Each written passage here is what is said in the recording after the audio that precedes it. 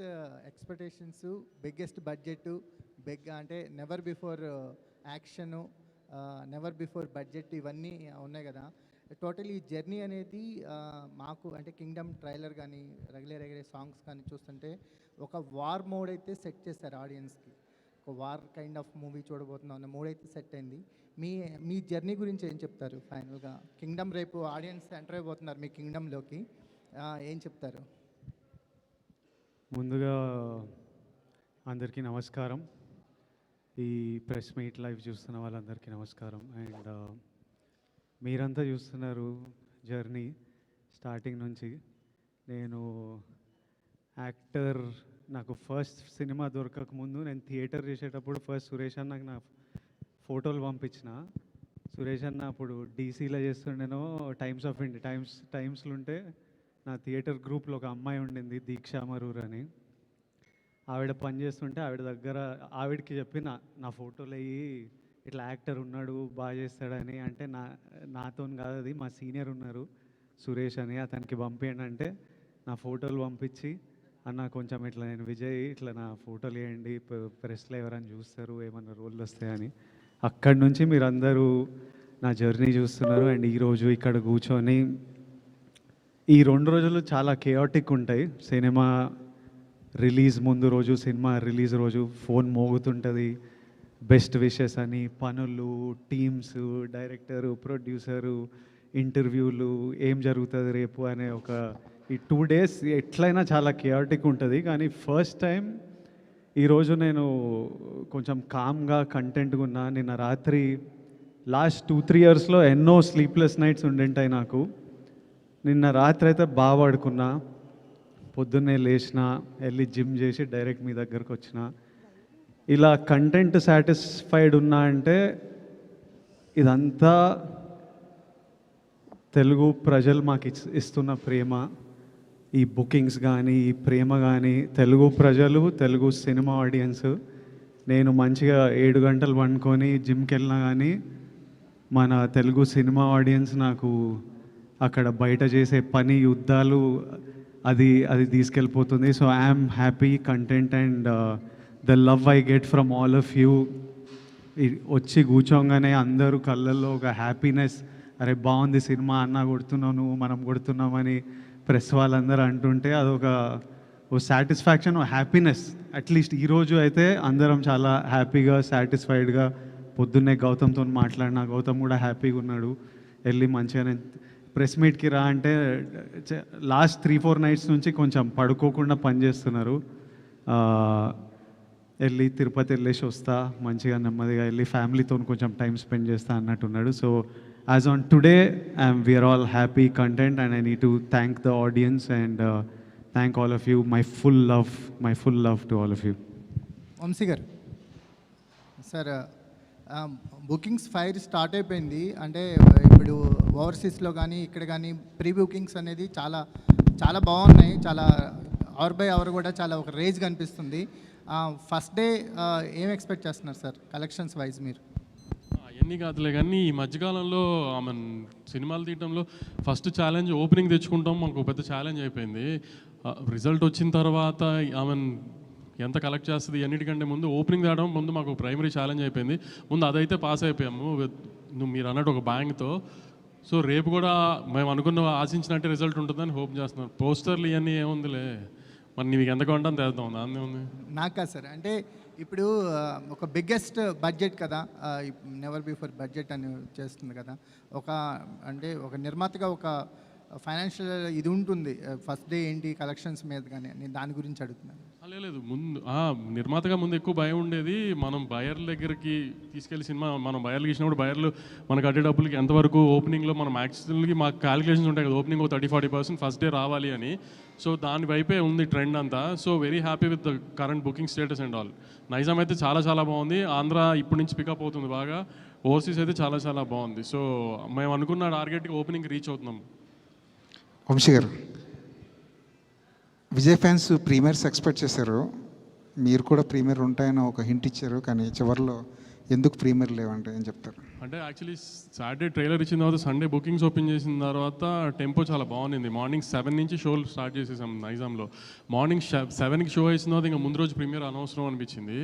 So కానీ ఇంచుమించుగా యూఎస్లో షో స్టార్ట్ అయ్యే టైం ఇండియాలో 10:30, 11 అవుతుంది. ఆ టైంకి స్టార్ట్ అయిపోతుంది. ఇవాళ నైట్ 10:30, 11 ఇండియా టైంలోనే యూఎస్లో షో స్టార్ట్ అయిపోతుంది.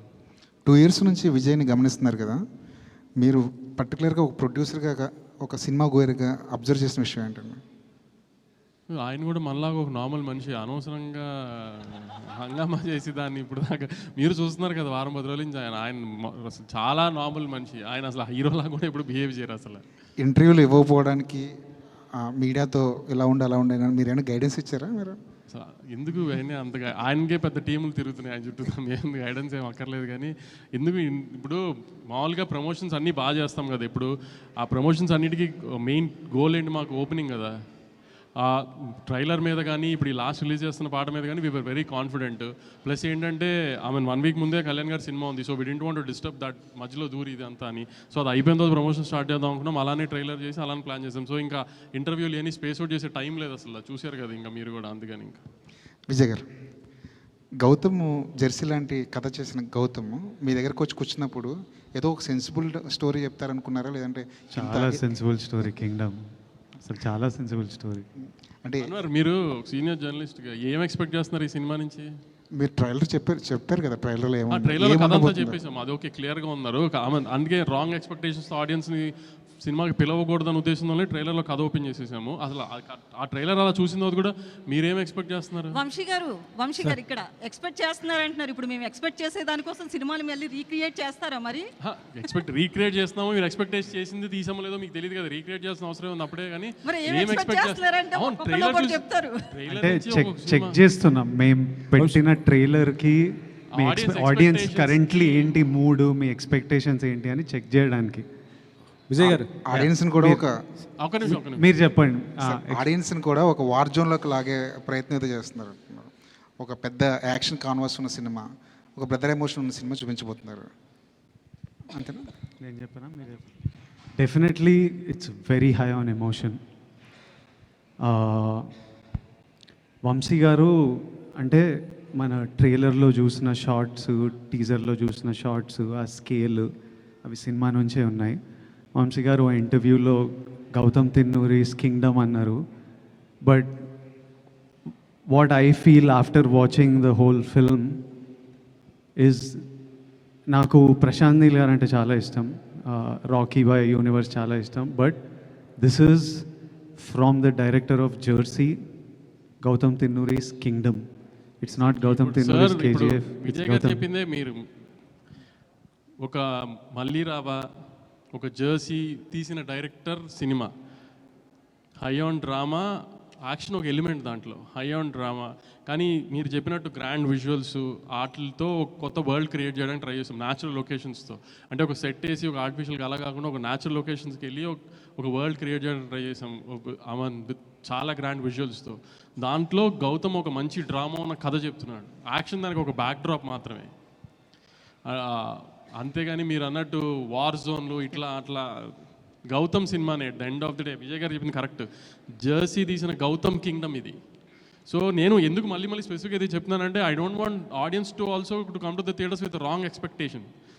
నేను ట్రైలర్లో కూడా అందరూ ఎందుకు కథ ఓపెన్ చేస్తున్నాం అని అడిగితే కూడా మేము కథ ఓపెన్ చేసేయడానికి కారణం అదే. ఆడియన్స్ ఆ థియేటర్లోకి వచ్చేప్పటికి వాళ్ళకి ఒక ఐడియా ఉంటుంది ఏం చూస్తానికి వస్తున్నారు అని. సో ట్రైలర్లో ఏమైతే కథ చెప్పామో యాస్టీస్గా కథ, సినిమా కథ అదే. అది మళ్ళీ అదే స్ట్రెస్ చేసి చెప్తున్నాను. ఆడియన్స్ ఎక్స్పెక్టేషన్స్, రాంగ్ ఎక్స్పెక్టేషన్స్ లేకుండా క్లియర్ కట్గా ఇది జెర్సీ గౌతమ్ కింగ్డమ్ సినిమా ఇది.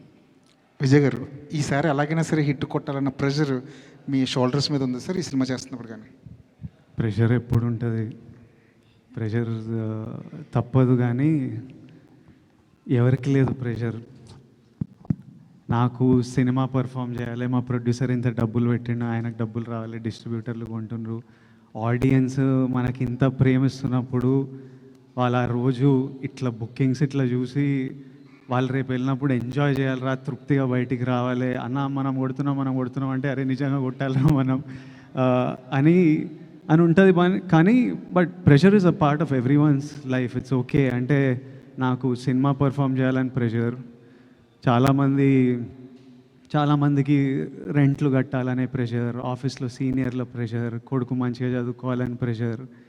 సో అందరికీ everybody in their life is dealing with pressures of different sort and it's completely normal. And yes, for me I really want the film to perform.